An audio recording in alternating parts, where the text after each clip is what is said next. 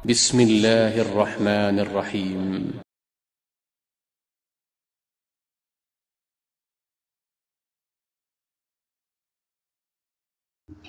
Beliau berlatar belakang Master of Nursing dari University of Southern Queensland.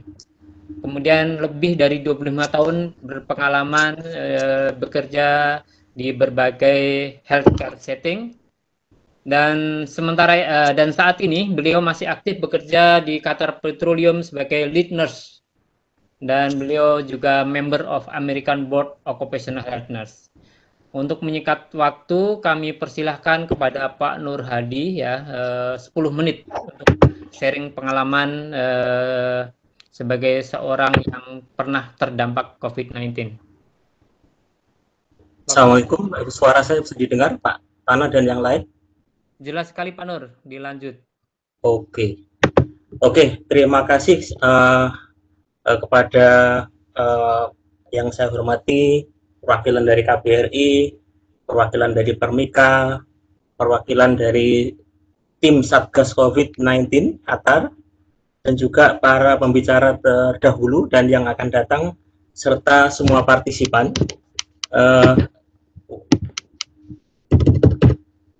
Saya di sini akan berbicara masalah tips penata laksanaan pasien dan keluarga. Jadi kalau kita mendapatkan atau mengalami positif COVID-19, apa yang harus kita lakukan? Di sini disclaimer saya tidak memiliki konflik of interest, tidak ada urusan finansial untuk presentasi ini, dan saya mostly akan berbicara masalah personal experience saya. Saya akan bicara masalah pengalaman pribadi saya.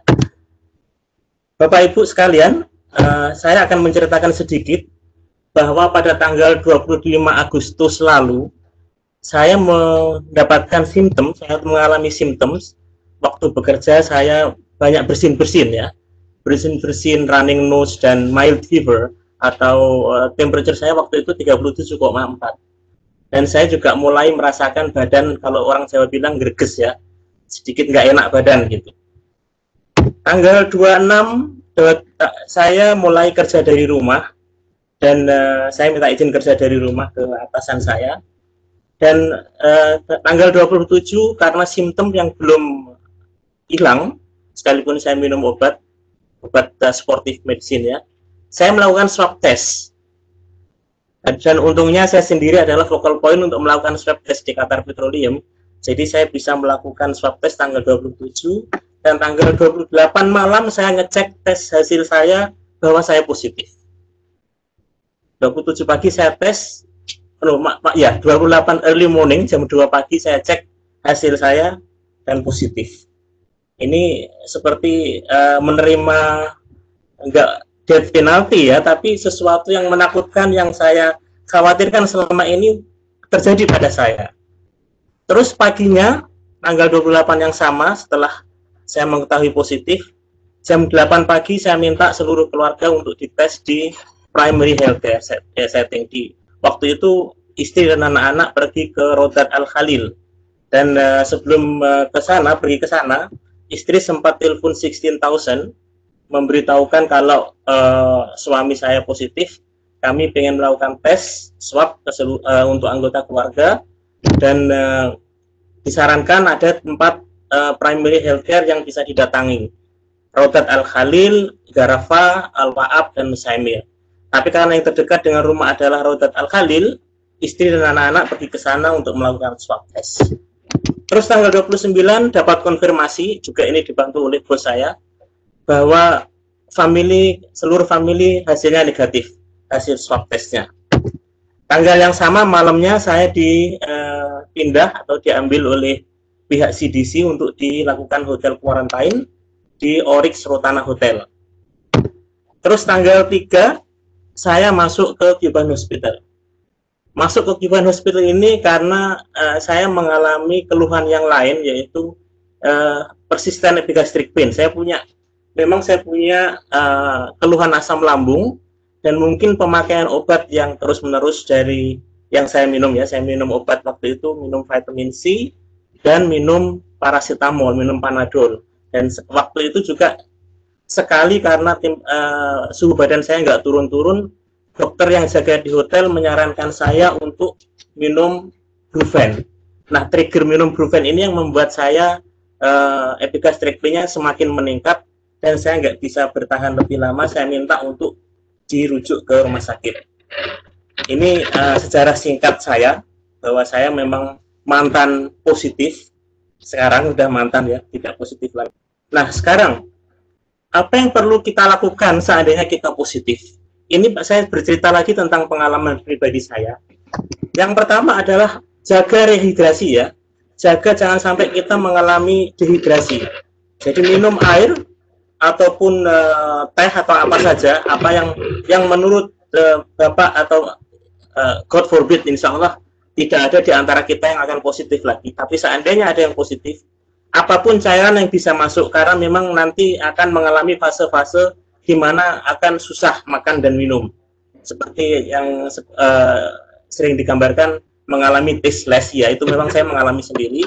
Dan tidak hanya tasteless, saya merasakan semacam saya mencium bau yang asing gitu. Saya mengalami penciuman yang asing, yang menurut saya ini seperti bau yang kalau orang mempelitur kayu gitu.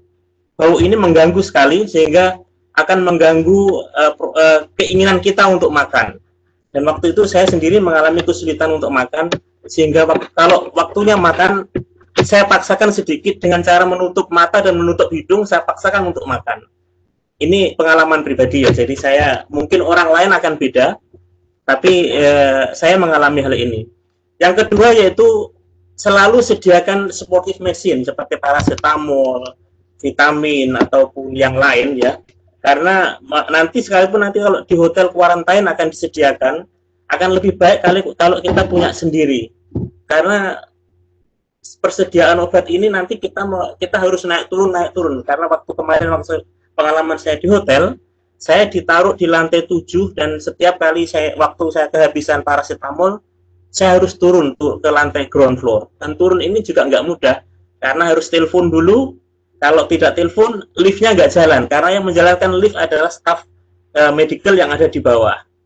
Jadi ini agak sedikit riweh gitu.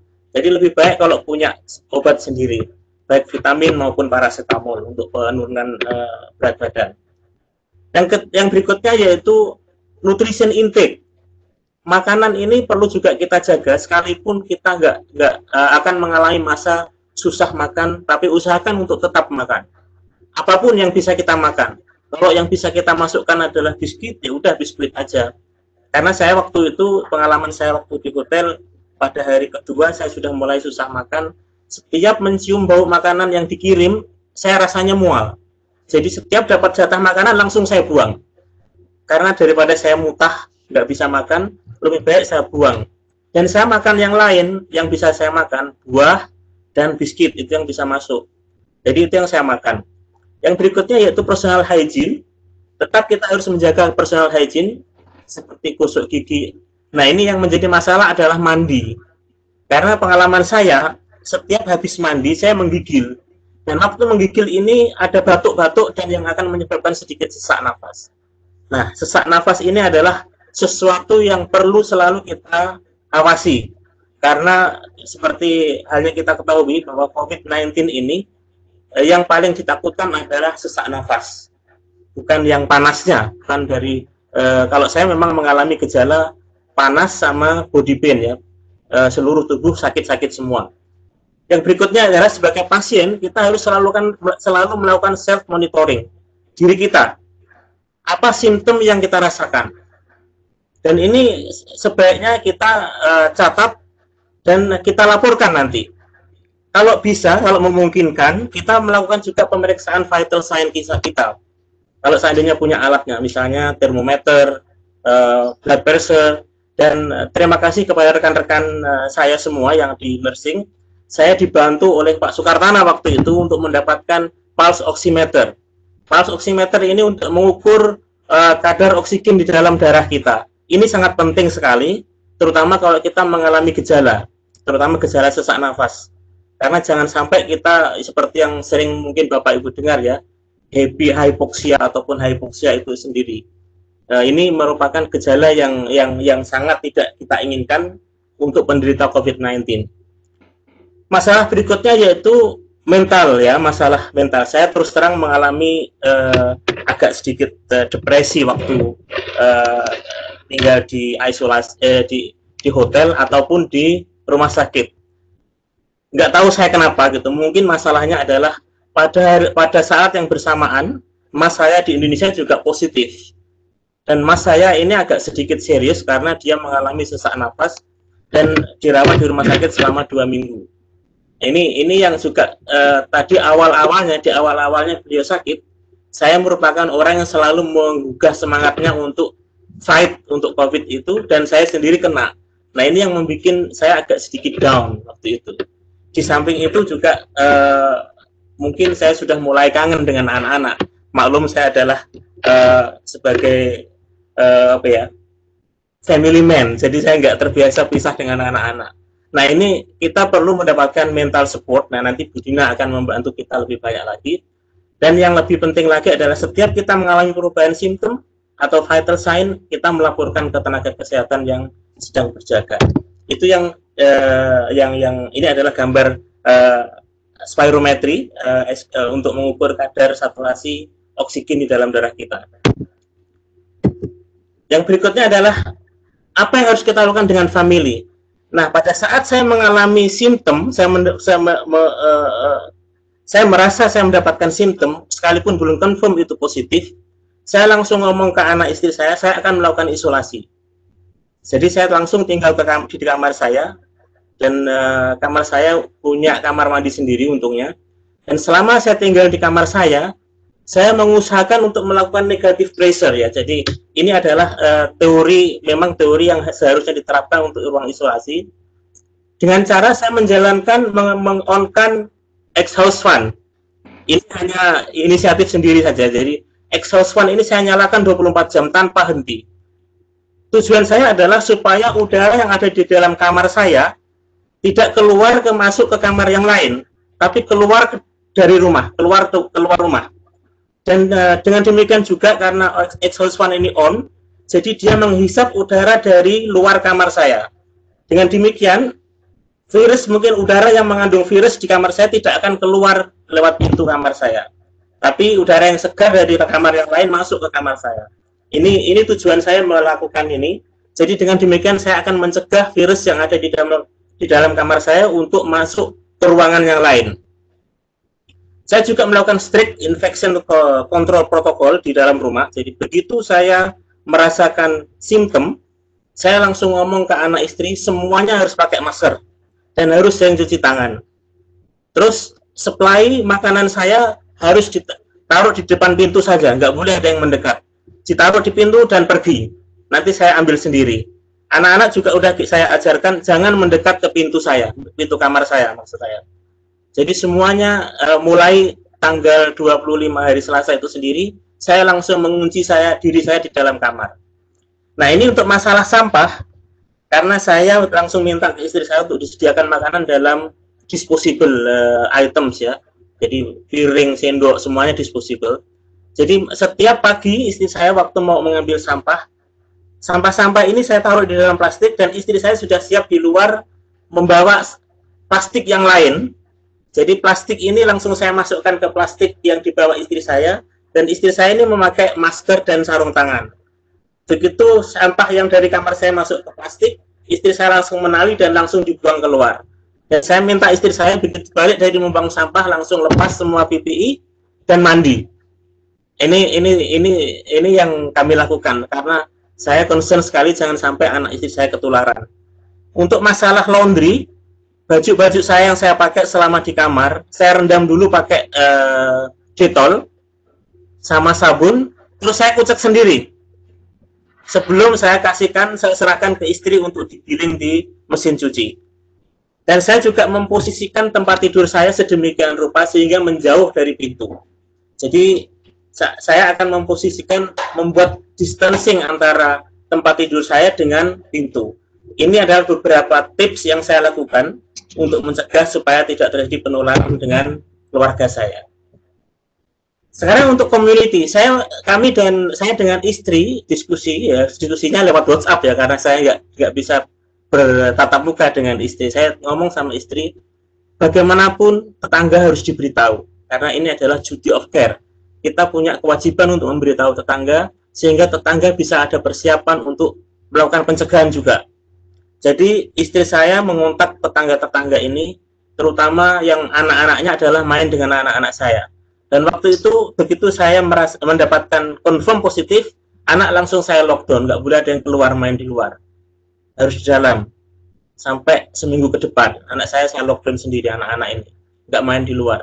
Dan istri memberitahu tetangga kalau sampai anaknya mengalami simptom karena suami saya positif, sekalipun kami semuanya negatif, tapi suami saya adalah positif.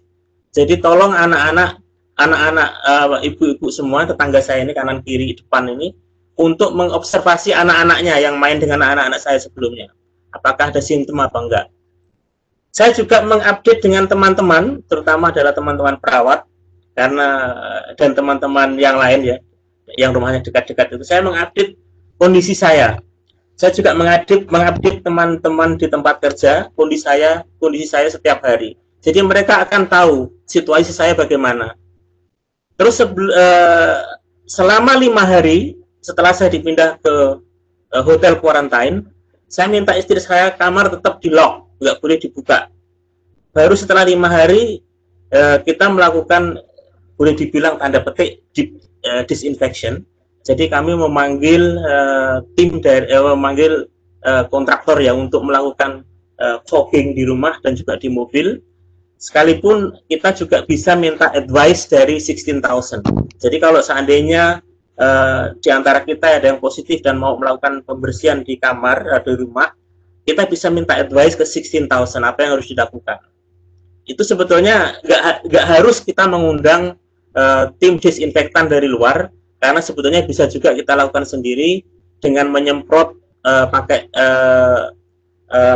alkohol 70%, ataukah membuat solusi sendiri, membuat cairan sendiri desinfektan, yaitu sepertiga gelas Clorox dicampur dengan 1 galon air. Ini sudah cukup efektif untuk membunuh virus COVID-19. Ini sudah cukup efektif. Jadi dan ini adalah advice dari pihak CDC. Jadi ini sesuatu yang simpel sebetulnya. Cuma kami memiliki beban mental juga sebetulnya untuk menunjukkan kepada tetangga bahwa kami serius menangani COVID ini. Jadi tetap kita fogging di rumah ini, kita lakukan fogging. Banyak jasa pemberian disinfektan seperti ini. Kenapa saya memilih 5 hari? Waktu itu saya 5 hari masih di hospital, masih dirawat di Beban Hospital. Saya minta ke istri sampai 5 hari. 1 menit lagi. Ya, menunggu 5 hari karena dari beberapa studi virus COVID-19 ini hanya bertahan di surface atau di permukaan maksimal selama 5 hari. Jadi dari beberapa studi ini saya minta istri menunggu sampai 5 hari. Jadi untuk memastikan bahwa virus-virus yang kemungkinan ada di dalam kamar, yang mungkin ada nempel di kayu atau di lantai, mati sebelum didesinfektan itu lagi. Jadi dengan demikian kita akan merasa aman dan merasa tidak ada ketakutan waktu masuk ke kamar. Itu yang saya mintakan ke istri melakukan. Dan itu saja yang bisa saya share. Mungkin nanti kalau ada yang perlu bertanya lebih lanjut, silahkan. Terima kasih Pak Tana. Waktu kami kembalikan lagi ke Pak Tana sebagai moderator. Terima kasih. Baik, terima kasih banyak Pak Nur Hadi. Sebenarnya sangat menarik ya sharing pengalaman orang yang pernah positif, dan jadi ini pengalaman yang luar biasa. Dan alhamdulillah Pak Nur Hadi sudah sembuh dari COVID-19 dan mudah-mudahan sehat selalu Pak Nur. Terima kasih atas sharingnya.